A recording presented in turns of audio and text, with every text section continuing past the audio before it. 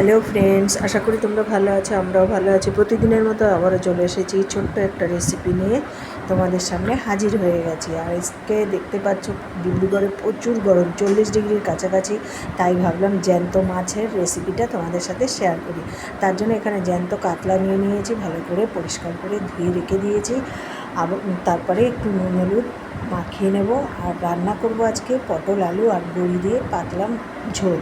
যেহেতু প্রচুর গরম পড়েছে, এদিকে মাছগুলোকে প্রথমে আমি নুন হলুদ মাখিয়ে নিলাম। নেওয়ার পরে তারপরে এই পাশে কড়াইতে তেল দিয়ে দিয়েছি বেশ খানিকটা, দিয়ে এবার মাছগুলোকে ভেজে নেব এক এক করে। পরপর জ্যান্ত মাছ বেশি না ভাজলেও অসুবিধা নেই। আর এখানে দেখো কেটে নিয়েছি পটল আলু আর বড়ি নিয়ে নিয়েছি। মাছগুলো ওইদিকে ভাজা হয়ে গেছে।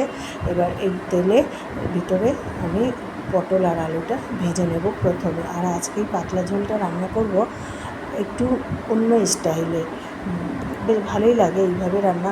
আগেও আমি করেছি, খারাপ হয়নি, ভালোই হয়েছে। যাই হোক, এবার পটল আলুগুলো দেখো ভাজা হয়ে গেল। আর এইদিকে বড়িগুলো কিন্তু আমি ভেজে নিচ্ছি। আর আমি নুন দিয়ে আর হলুদ দিয়ে পটল আলুটা কিন্তু একটু ভেজে নিয়েছি। যেহেতু পাতলা ঝোল, তার জন্য জলের পরিমাণ কিন্তু একটু বেশি দেবে। আর গ্যাস সিম করবে না, একদম টকবক করে কিন্তু ঝোল না ফুটলে ভালো লাগবে না। এদিকে ভাজা হয়ে গেছে, তার ভিতর দিলাম একটু নুন আর হলুদ দিয়ে আবারও নাড়াচাড়া করে তারপরে আমি দিয়ে দেবো গরম জল। এবার দেখো ভাজা হয়ে গেছে। এবার ঠিক বেশ খানিক জল দিতে হবে, যেহেতু পাতলা ঝোলে টকবক করে না ফুটলে কিন্তু তার স্বাদ আসবে না। তার জন্য কিন্তু জলটা একটু তোমরা সবসময় বেশি দেবে। আর দেখবে এই ঝোলের কিন্তু স্বাদও হয় অন্যরকম। আর আমি পাশে একটা বাটি নিয়ে তাতে একটা মশলা তৈরি করছি। দিয়েছি একটু টমেটো সস, নুন, হলুদ, তারপরে জিরের গুঁড়ো, ধনের গুঁড়ো, আদা বাটা, কাঁচা লঙ্কা, লাল লঙ্কার গুঁড়ো সব দিয়ে আর একটা মশলা রেডি করে রেখেছি। সে দেখো ঝোলটা কিন্তু নামিয়ে নিয়েছি। এবার কড়াইতে আবারও একটু তেল দেবো, দিয়ে তারপরে একটু জিরে আর তেজপাতা সম্বরা দেবো, দিয়ে তারপরে আমি যে মশলাটা রেডি করে রেখেছি সেই মশলাটা আমি ছেড়ে দেবো। আর ভালো করে মশলাটা কিন্তু ভালো করে কষাতে হবে। মশলা যদি কষানো ভালো না হয় খেতে কিন্তু ভালো লাগবে না। যাই হোক, দিয়ে দিলাম মশলাটা। এবার কষিয়ে নেব।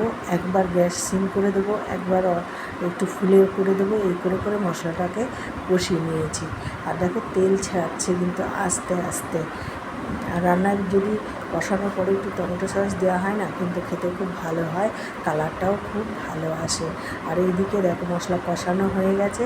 এইদিকে এবার আমি ওই যে মাছের ঝোলটা যে করে রাখলাম সিদ্ধ করে, সেটা কিন্তু ঢেলে দিলাম।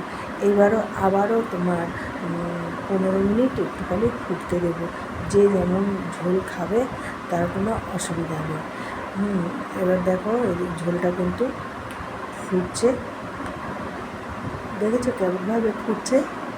একটু দিয়ে দেবো মাছ ভাজাগুলো পরপর। এবার দিয়ে আবারও বেশ খানিক ঝোলটা বেশ টকবক টকবক করে ফুটবে। আর এইদিকে দেখো আমার কিন্তু ঝোলটা রেডি হয়ে গেছে, পাতলা ঝোল। এবার সাথে কিন্তু বড়িগুলোও দিয়ে দিলাম। আর এবার অল্প ফুটিয়ে নামিয়ে নিলেই রেডি টমেটো পটল আলু দিয়ে জ্যান্ত মাছের ঝোল। কেমন হয়েছে অবশ্যই তোমরা কমেন্ট করবে। আর ভালো লাগলে আমার চ্যানেলটি লাইক, শেয়ার, কমেন্ট ও সাবস্ক্রাইব করে দিও। তাহলে বন্ধুরা আজকের মতো রাখি। Thank you.